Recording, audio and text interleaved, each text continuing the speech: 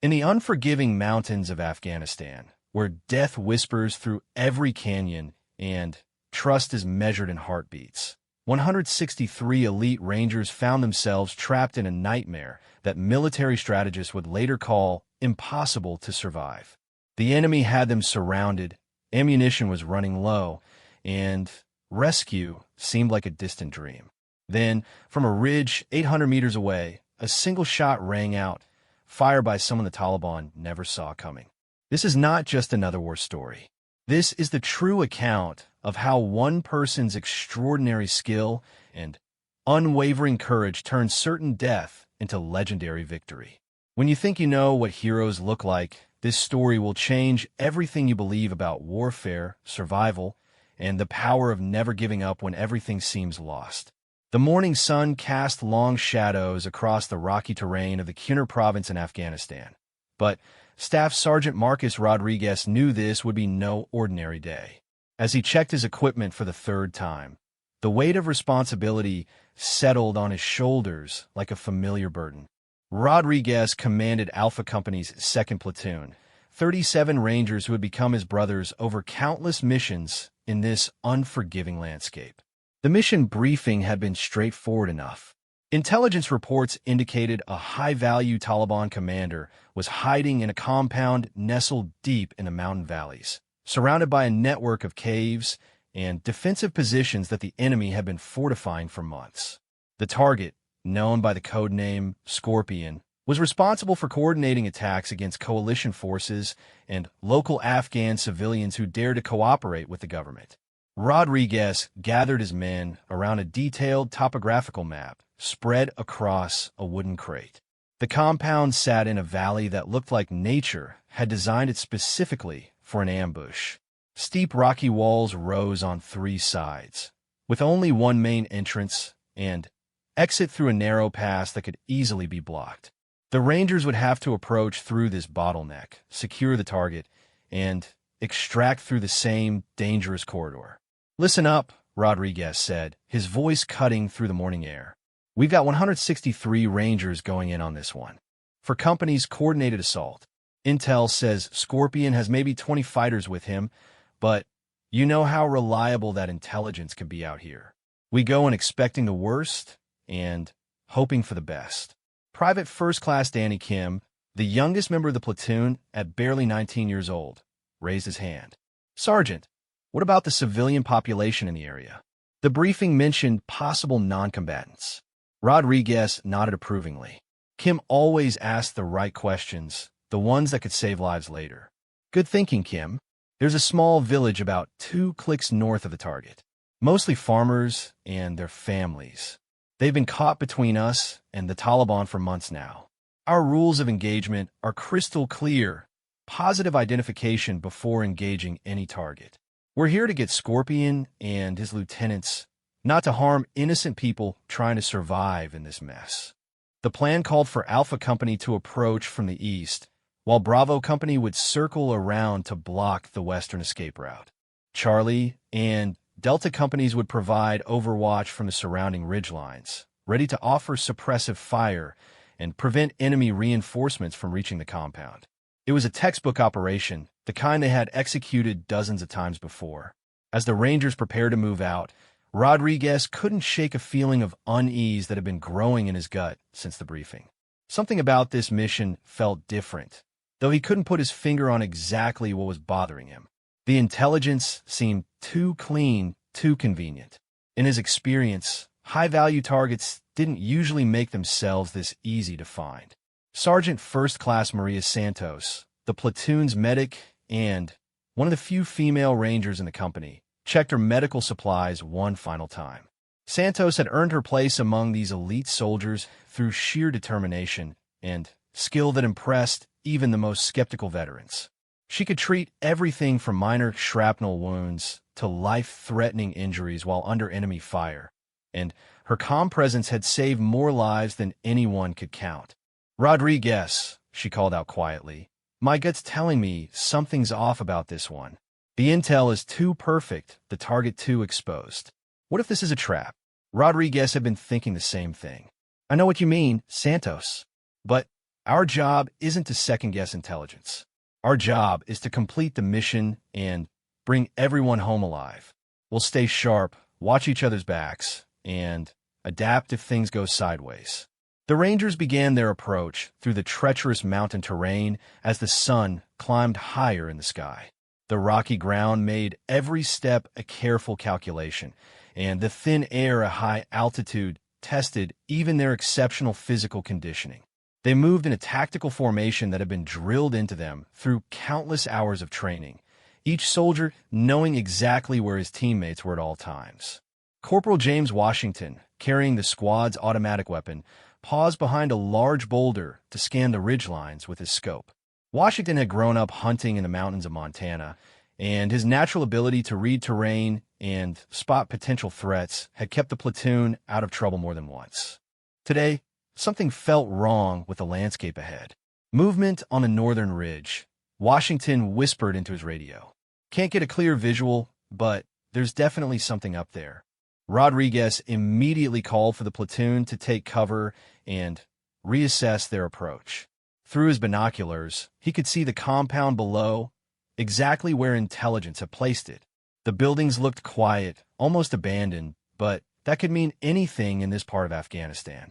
Sometimes the most dangerous places were the ones that appeared completely empty. The other companies reported similar observations as they moved into position. Charlie Company's commander, Captain Lisa Morrison, had established an overwatch position on the southern ridge and was coordinating with helicopter support that remained on standby several miles away. Morrison was known throughout the regiment for her tactical brilliance and her ability to see patterns that others missed. "All units, this is Charlie 6. Morrison's voice crackled over the radio. "I'm seeing more activity in those caves than our intelligence suggested. Heat signatures indicate at least 40 to 50 individuals in defensive positions.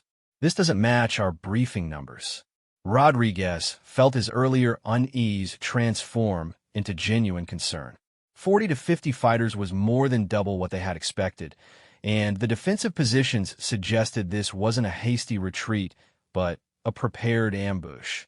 Still, they had come too far to turn back now, and the target was too valuable to let slip away.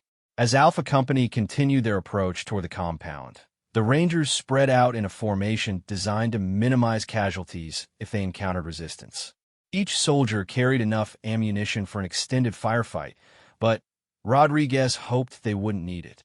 Quick, surgical operations were always preferable to prolonged engagements in enemy territory.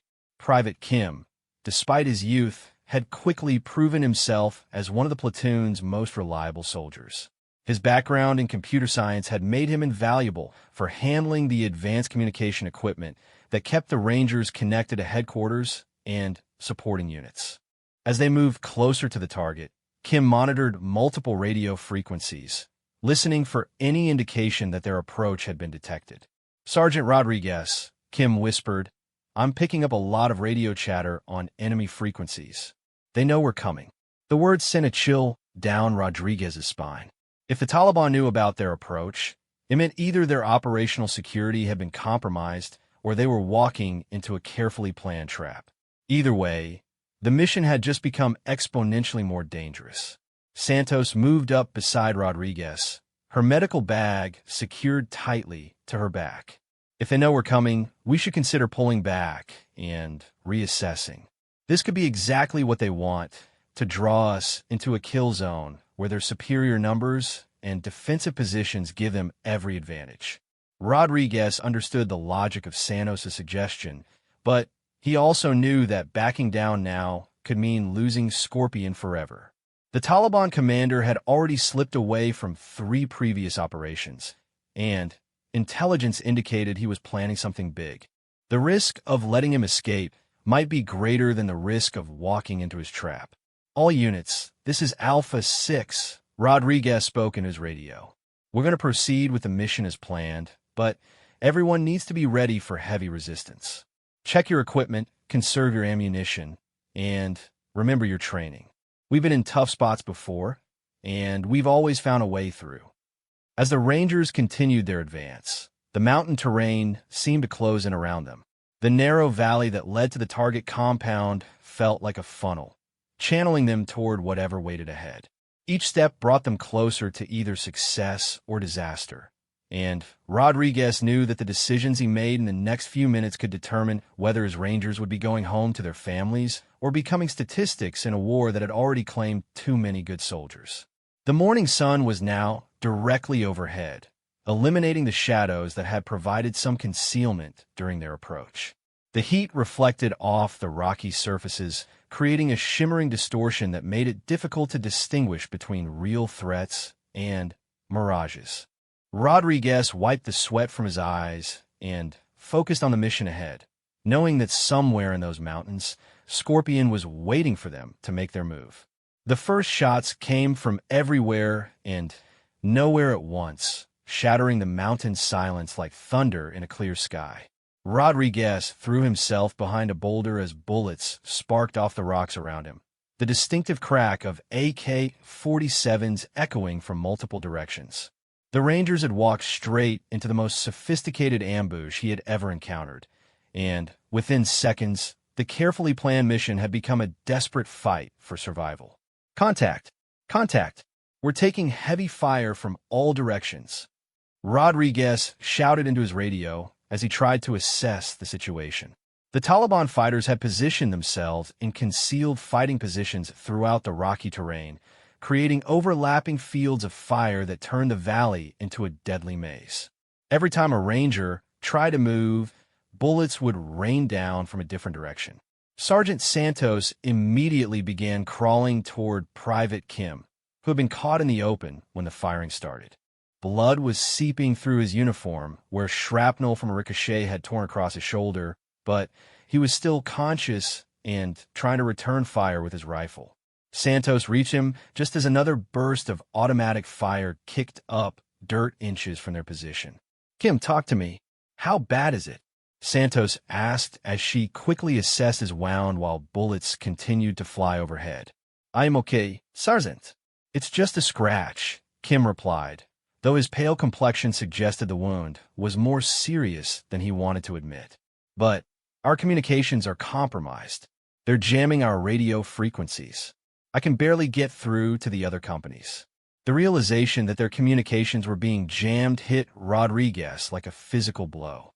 Without reliable radio contact, the 4 Ranger companies were fighting blind, unable to coordinate their movements or call for the helicopter support that was standing by. The Taliban had clearly planned this ambush down to the smallest detail, and the Rangers were playing by their enemy's rules. Corporal Washington had found a defensive position behind a cluster of rocks and was trying to identify the source of the enemy fire. His automatic weapon was perfectly suited for suppressive fire, but he needed targets before he could effectively return fire. The Taliban fighters were using the rocky terrain to their advantage, firing a few shots before quickly moving to new positions. "I count at least 6 different firing positions on the North Ridge alone," Washington reported over the radio. "They've got us in a crossfire, and every time I try to suppress one position, 2 more open up from somewhere else." Captain Morrison's voice crackled through the static-filled radio from her overwatch position. "Alpha 6, this is Charlie 6. We can see your position, but we can't engage without risk of hitting your people. The enemy has positioned themselves perfectly to use you as human shields. You need to break contact and fall back to more defensible terrain." But falling back was easier said than done. The Taliban had clearly anticipated the Rangers' most likely retreat routes and positioned fighters to block them. Rodriguez could see muzzle flashes from the rocks above the narrow pass they had used to enter the valley. The enemy had them trapped in a natural kill zone with limited options for escape. Private First Class Jennifer Martinez, one of the newest members of the platoon, was pinned down behind a small outcropping with 2 other Rangers. Martinez had joined the unit only 3 months ago, but her marksmanship scores were among the highest in the company. She carefully lined up a shot at a Taliban fighter who had briefly exposed himself on the eastern ridge. The shot was perfect, and the enemy fighter dropped from view. But instead of discouraging the Taliban, it seemed to make them more aggressive.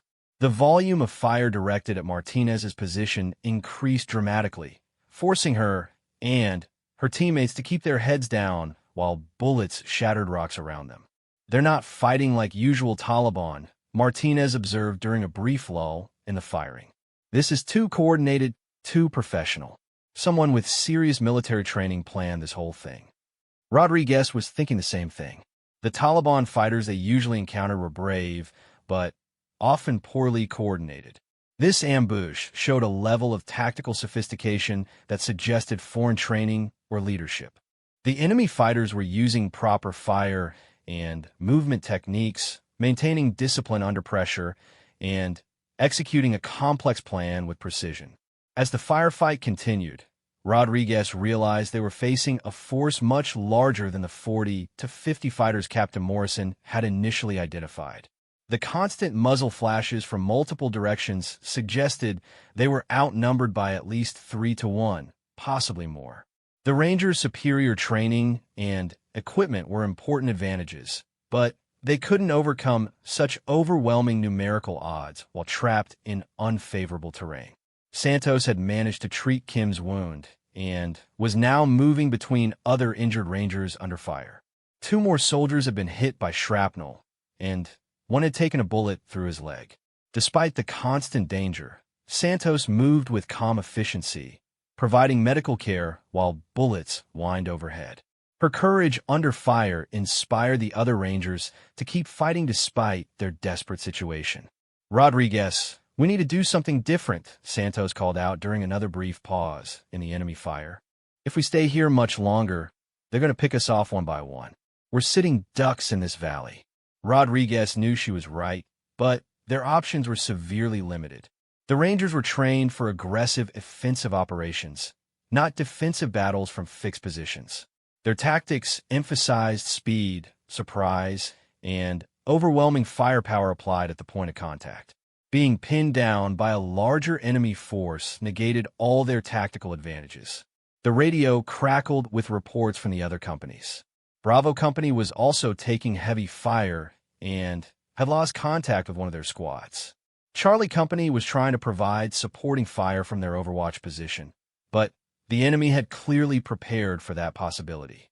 Delta Company was attempting to maneuver around to the north, but they were moving slowly through difficult terrain while under constant harassment from Taliban spotters.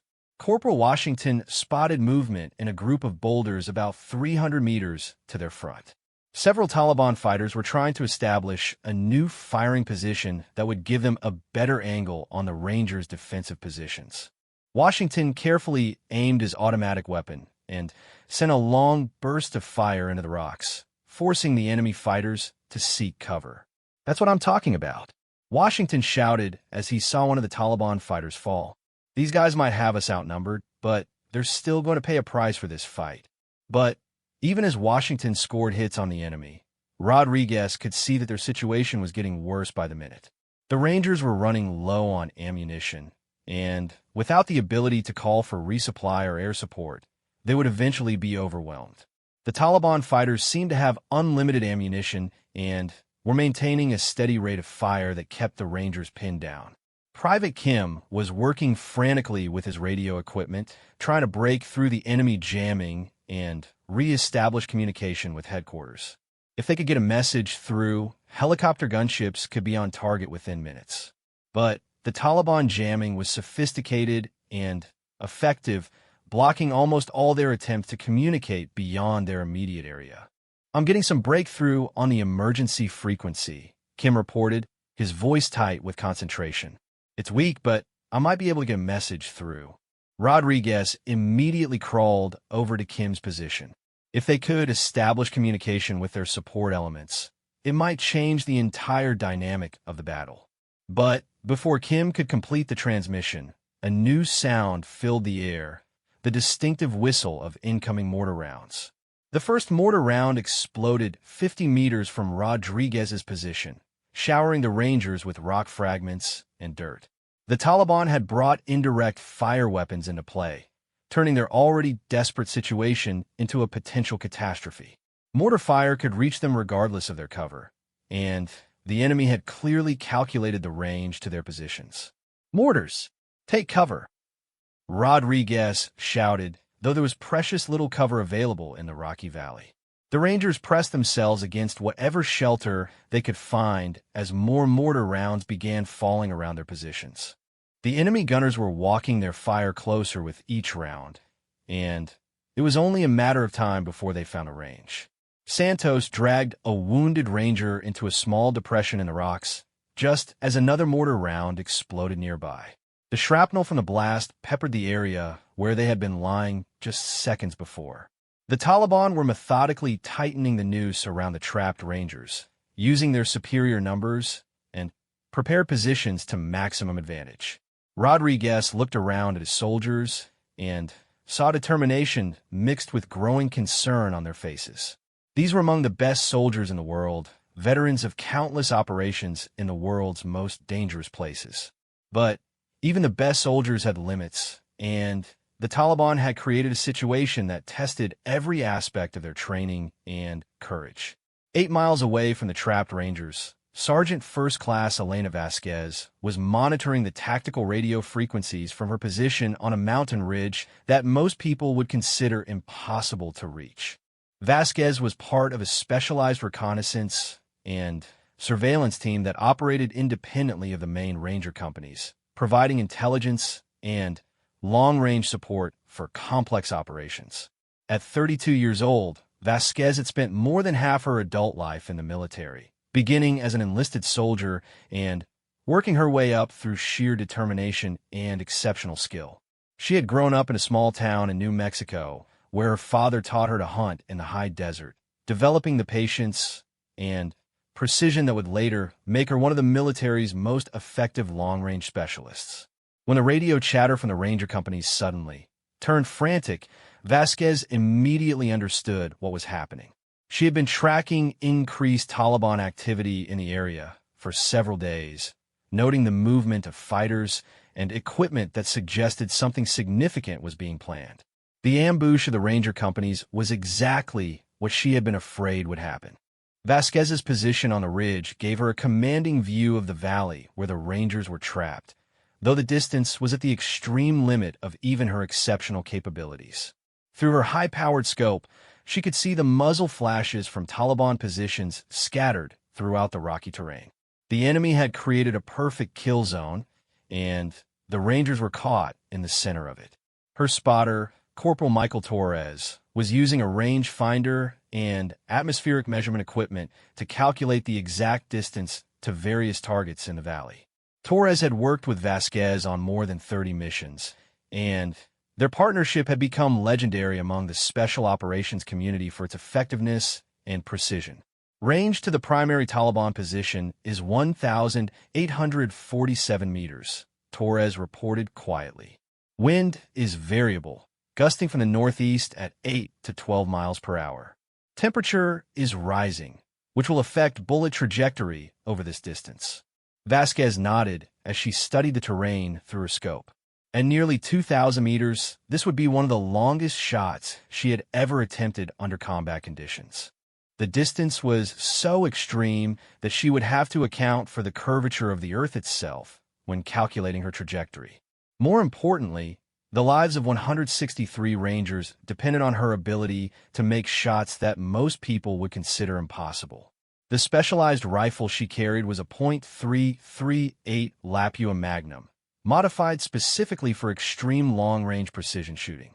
Every component of the weapon had been carefully selected and adjusted for maximum accuracy.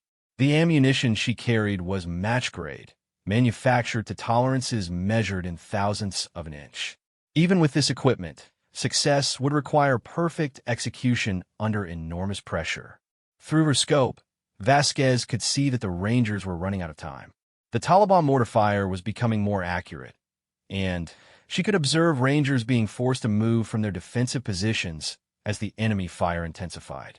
Without intervention, the superior numbers and prepared positions of the Taliban would eventually overwhelm even these elite soldiers.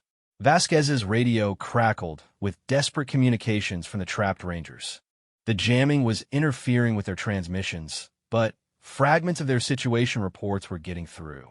She could hear the strain in Rodriguez's voice as he tried to coordinate his platoon's defense while under heavy fire.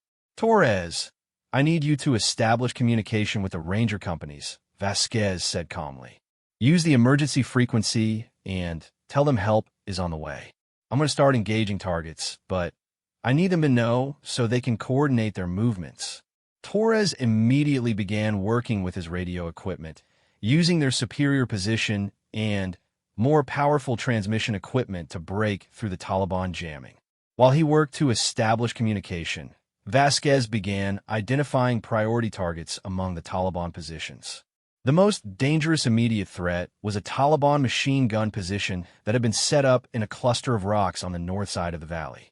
The machine gun was keeping an entire Ranger squad pinned down, and Vasquez could see that the Taliban fighters were maneuvering to get a better angle on the trapped soldiers. Eliminating this position would give the Rangers room to maneuver and potentially break out of the kill zone.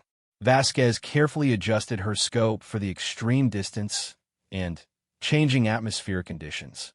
At this range, a difference of just a few degrees in temperature or a slight change in wind direction could cause her bullet to miss by several feet. She had to account for bullet drop, wind drift, the spinning effect of the Earth's rotation, and even the humidity in the air between her position and the target. Through her scope, she could see a Taliban fighter manning the machine gun, while his partners fed ammunition and spotted targets. The fighter was partially concealed behind rocks, with only his head and shoulders visible as he aimed his weapon at the trapped Rangers. It would be a difficult shot under the best conditions, and these were far from the best conditions. Torres had managed to establish partial communication with the Ranger companies and was relaying information about Vasquez's position and capabilities. Alpha 6, this is Overwatch 7. We have eyes on your position and are preparing to provide long-range support. Maintain your current positions and be ready to move on our signal. Rodriguez's voice came through the static-filled radio with obvious relief. Overwatch 7, this is Alpha 6. We're taking heavy casualties and running low on ammunition. Whatever you can do, we need it now. Vasquez took a deep breath and began her final preparations for the shot. She had trained for situations exactly like this, spending countless hours on shooting ranges and in combat zones developing the skills needed to make accurate shots under pressure. But training was different from the reality of knowing that people's lives hung in the balance of her trigger pull. The wind was gusting irregularly, making it difficult to predict exactly how it would affect her bullet's flight path. Vasquez watched the grass and small bushes in the valley, looking for patterns in the wind movement that would help her time her shot for the most favorable conditions. At extreme range, even a small wind change could turn a perfect shot into a complete miss. Through her scope, she could see the Taliban machine gunner adjusting his position to get a better angle on the Rangers. Several Rangers were wounded and unable to move quickly, making them particularly vulnerable to the enemy fire. Vasquez knew that every second of delay increased the chance that more Rangers would be hit. She aligned her crosshairs on the Taliban fighter's center mass, accounting for the bullet drop and wind drift that would affect the projectile during its nearly 3-second flight to the target. The mathematics of extreme long-range shooting required her to aim several feet above and to the side of where she actually wanted the bullet to impact. Torres was monitoring the wind with electronic equipment while also watching for any changes in the tactical situation. Wind is steady at 10 miles per hour from the northeast, he reported. Range is confirmed at 1,847 meters. Atmospheric pressure is stable. Vasquez slowly squeezed the trigger, applying steady pressure until the rifle fired. The powerful cartridge sent the bullet downrange at nearly 3 times the speed of sound, but at extreme distance, even that incredible velocity meant a significant time delay between firing and impact. She kept her scope focused on the target area to observe the bullet's effect. The .338 caliber bullet struck the Taliban machine gunner in the center of his chest, and he immediately collapsed behind his weapon. The other Taliban fighters around the machine gun position looked around in confusion, unable to determine where the shot had come from. At nearly 2,000 meters distance, they couldn't even hear the sound of Vasquez's rifle. The elimination of the machine gun position gave the Rangers the break they needed to begin repositioning. Rodriguez immediately recognized the opportunity and began directing his soldiers to move to more defensible positions while the Taliban fighters were still reacting to the loss of their key weapon. Vasquez was already scanning for her next target. She could see Taliban fighters in several other positions who were directing fire at the Rangers, but each shot would require the same careful calculation and precision as the first. She was fighting a small army by herself, but she was the only hope the Rangers had for survival. Torres was maintaining communication with the Ranger companies while also helping Vasquez identify the most critical targets. Alpha Company is moving to new positions on the east side of the valley, he reported. Bravo Company still has one squad pinned down by enemy fire from the western ridge. Vasquez turned her attention to the western ridge, searching through her scope for the Taliban fighters who were keeping the Bravo Company squad trapped. She could see muzzle flashes from several positions, but the distance and terrain made it difficult to get clear shots at individual fighters. The next target she identified was a Taliban spotter who was directing mortar fire against the Rangers. The spotter was positioned on a high point where he could observe the entire valley and communicate target information to the mortar crews. Eliminating him would disrupt the enemy's ability to coordinate their indirect fire. But as Vasquez prepared for her second shot, she realized that the Taliban were beginning to understand what was happening. Enemy fighters were starting to take cover and move more cautiously, making them harder targets. The element of surprise that had made her first shot possible was beginning to fade, and the Taliban would soon be actively hunting for her position. The Taliban spotter was crouched behind a large rock formation, periodically exposing himself to observe the Ranger positions and relay coordinates to the mortar teams. Vasquez watched him through her scope, timing his movements and waiting for the perfect opportunity. The spotter was clearly experienced, never staying exposed for more than a few seconds at a time. Torres was tracking multiple Taliban positions through his own optical equipment while monitoring the radio communications from the trapped Rangers. "The mortars are getting more accurate," he reported grimly. "They just landed 3 rounds within 50 meters of Alpha Company's position. If you can take out that spotter, it will buy the Rangers some breathing room." Vasquez had been watching the spotter's pattern for several minutes, noting that he tended to emerge from the same position each time he made his observations. She calculated the timing and prepared to take her shot the next time he appeared. At this extreme range, she had to predict not just where he would be, but exactly when he would be there. The wind had shifted slightly since her first shot, requiring her to adjust her aim point to compensate for the changed conditions.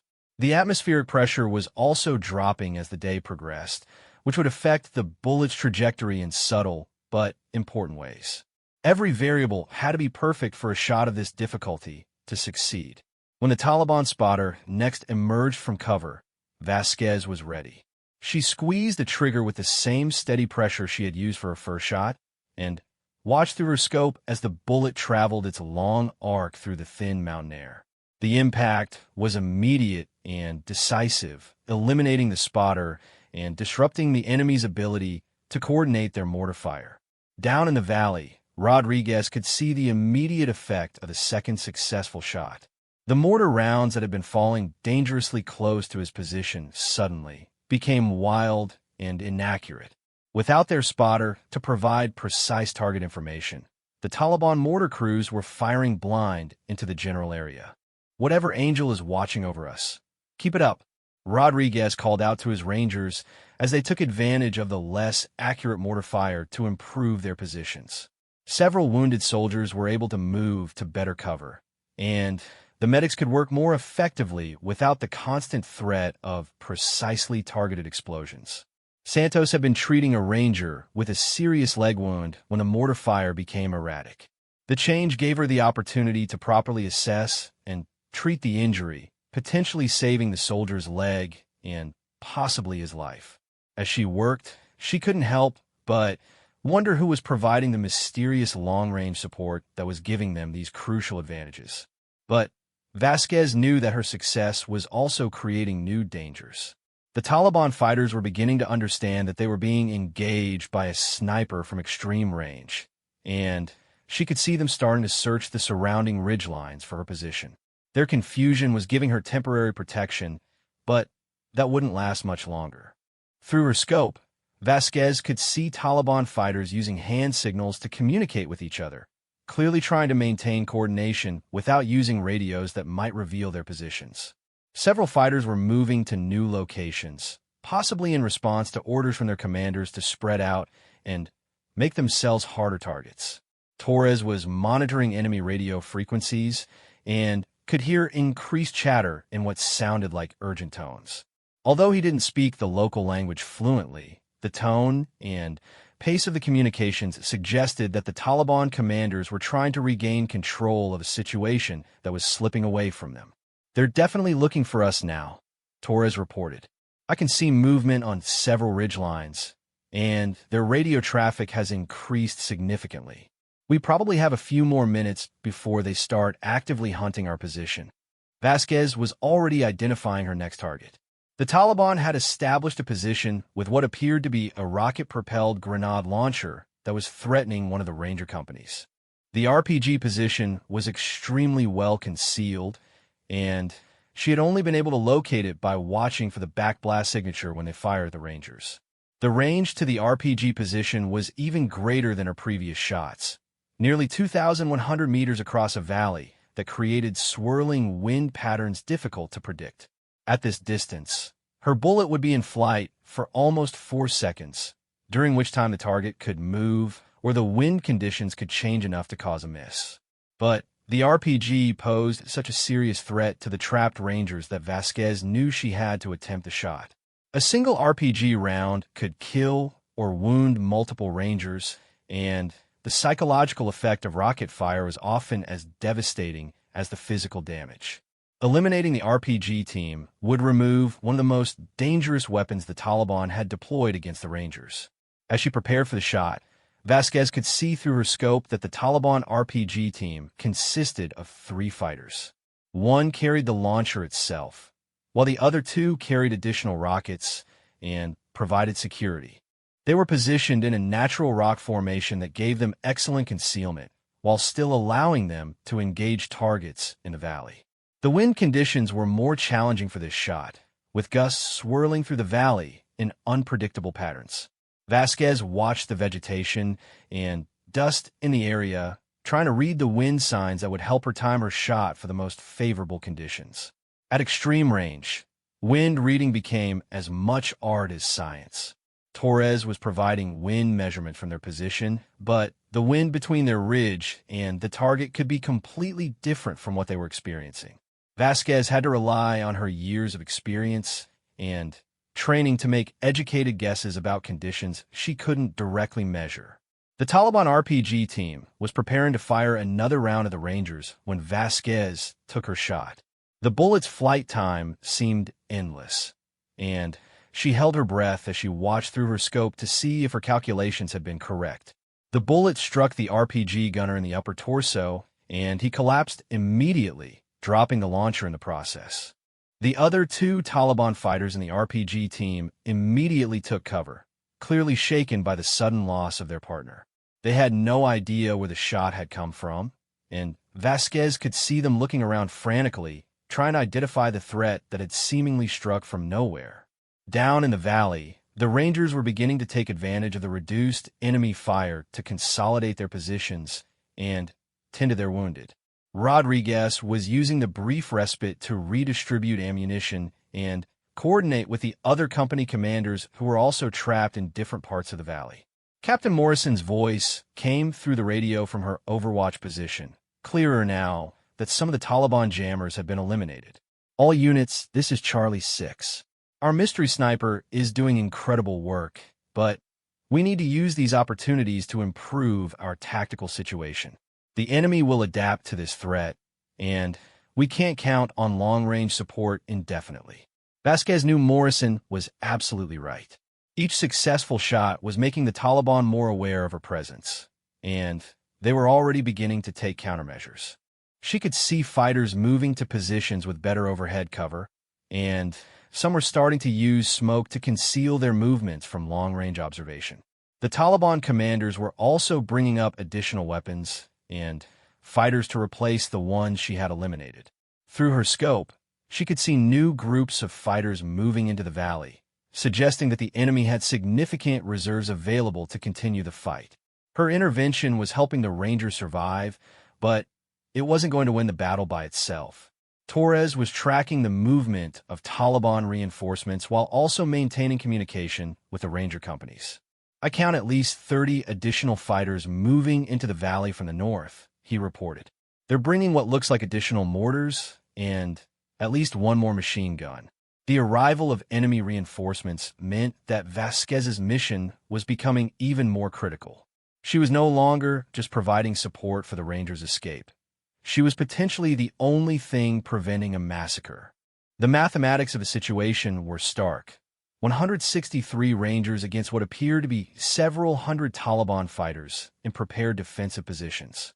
But Vasquez also knew that her position was becoming increasingly precarious. The Taliban were actively searching for her now, and she could see small groups of fighters moving toward the ridgelines where she might be concealed. Torres had identified at least 3 separate teams that appeared to be hunting specifically for sniper positions. "We need to start thinking about displacement," Torres said quietly. "They're going to find us eventually, and when they do, we'll lose our ability to help the Rangers." Vasquez understood the tactical reality of their situation, but she also knew that moving to a new position would take time that the Rangers might not have. Every minute she could continue engaging targets from her current position was potentially saving lives in the valley below. She turned her attention to a Taliban commander who was directing the positioning of the newly arrived fighters. The commander was taking more risks than his subordinates, moving between positions to coordinate the deployment of his reinforcements. He presented a difficult target, but eliminating him could disrupt the enemy's ability to coordinate their increased numbers. As Vasquez lined up for what might be her most important shot yet, she could hear increased radio chatter from the Rangers indicating that their situation was becoming more desperate. Despite her successful interventions, the Taliban's superior numbers and defensive positions were still overwhelming the trapped soldiers. The Rangers needed more than just sniper support. They needed a miracle. The Taliban commander was a methodical professional who had clearly studied American tactics and knew how to counter them. Through her scope, Vasquez could see him directing his fighters with hand signals and precise movements, coordinating the deployment of his reinforcements to maximum effect. He was the brain behind the increasingly sophisticated attacks on the Rangers, and eliminating him could create the chaos needed for the Americans to escape. But the commander was also extremely cautious, rarely exposing himself for more than a few seconds at a time. He moved between covered positions with the awareness of someone who understood the threat of long-range fire. Vasquez would have only one opportunity for this shot, and it would have to be perfect. Torres was tracking the movement of Taliban hunter teams while maintaining communication with the Rangers. "2 teams are now less than half a mile from our position," he reported urgently. "They're moving fast, and they know the terrain. We've got maybe 10 minutes before they're close enough to pose a direct threat." Vasquez nodded, understanding that this might be her last opportunity to make a significant impact on the battle. The Taliban commander emerged from cover again, this time to direct a group of fighters who were setting up what appeared to be another mortar position. He was approximately 2,300 meters away, making this her longest shot attempt of the day.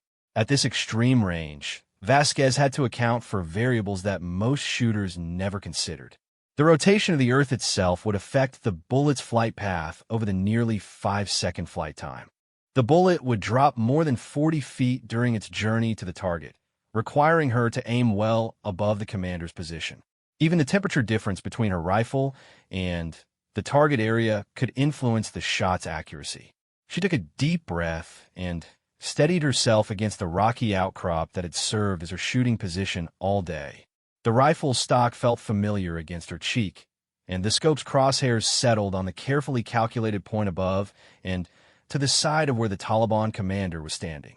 Every aspect of her training and experience focused on this single moment. The wind was gusting unpredictably through the valley, and Vasquez waited for a brief lull before taking the shot. When the conditions were as favorable as they were likely to get, she squeezed the trigger with the same smooth pressure she had used throughout her career. The rifle's recoil was familiar and comforting, a sign that the shot had been properly executed. Through her scope, she watched as her bullet completed its long arc across the valley. The Taliban commander was still directing his fighters when the bullet struck him in the center of his chest. He fell immediately, and the fighters around him looked around in shock and confusion. Without their leader's steady direction, the Taliban attack began to lose its coordination and precision.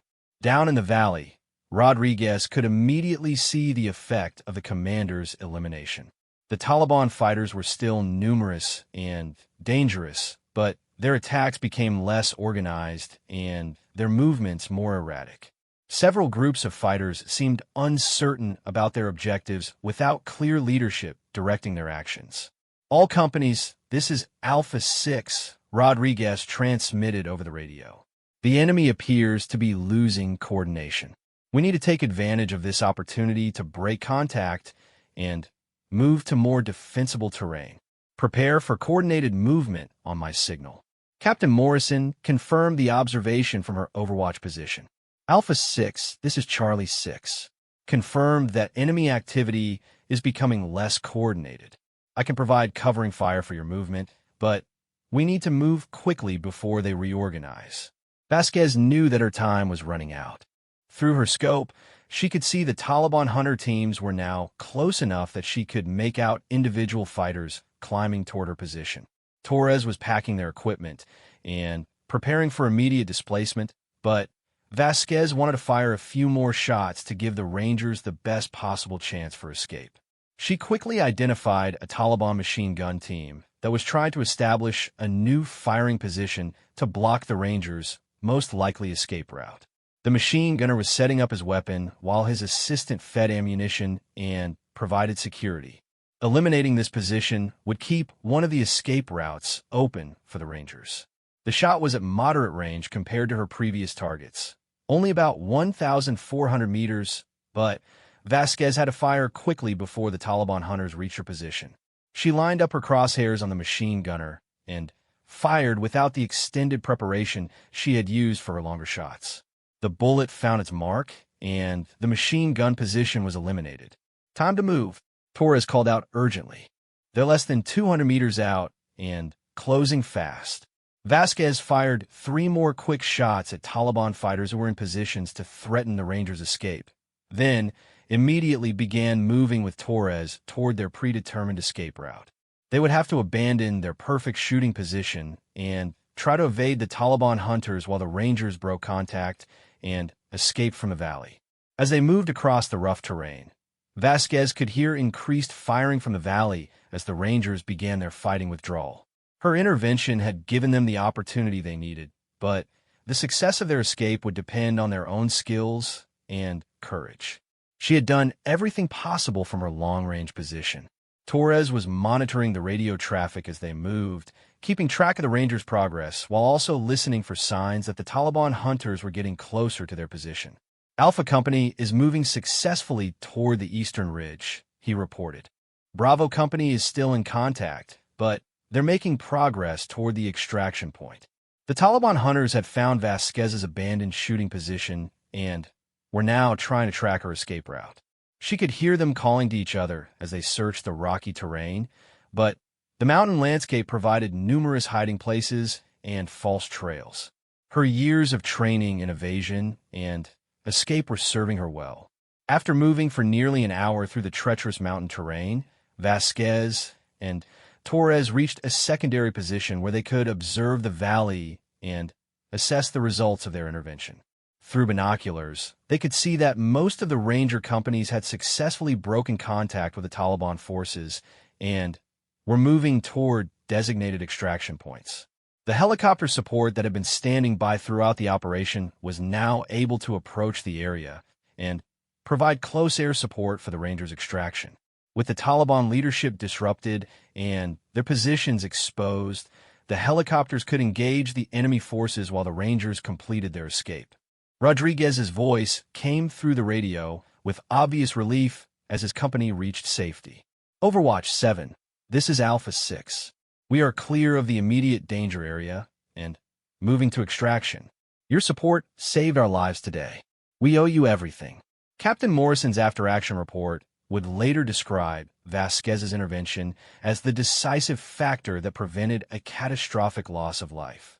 The Taliban ambush had been perfectly planned and executed, but it hadn't accounted for the possibility of precision long-range fire from an unexpected direction.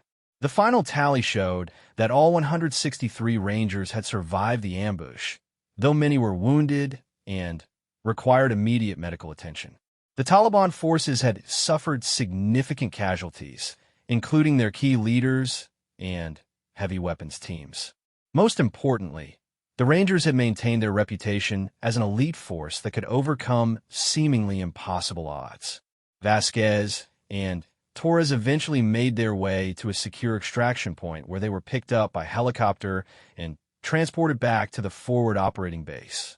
As they flew over the valley where the battle had taken place, Vasquez could see the scattered equipment and positions that marked where one of the war's most significant battles had been fought and won. In the weeks that followed, word of Vasquez's actions spread throughout the military community. Her ability to provide decisive support from extreme range under combat conditions became legendary among special operations forces. Military training programs began incorporating lessons learned from her engagement, particularly the importance of unconventional support elements in complex operations. But for Vasquez, the most important outcome was that 163 Rangers had gone home to their families instead of becoming casualties of war. The technical aspects of her shooting and the tactical implications of her intervention were secondary to the simple fact that American soldiers were alive because she had been in the right place at the right time with the right skills. The Taliban forces eventually withdrew from the area, their leadership structure disrupted, and their confidence shaken by the unexpected defeat. The compound they had been defending was later searched and found to contain intelligence materials that led to the capture of several other high-value targets, making the mission a success despite the initial ambush. Rodriguez would later say that Vasquez's intervention was the finest example of individual courage and skill under pressure that he had witnessed in 20 years of military service. Her actions had turned certain defeat into unlikely victory, proving that sometimes one person with the right capabilities could change the entire course of a battle.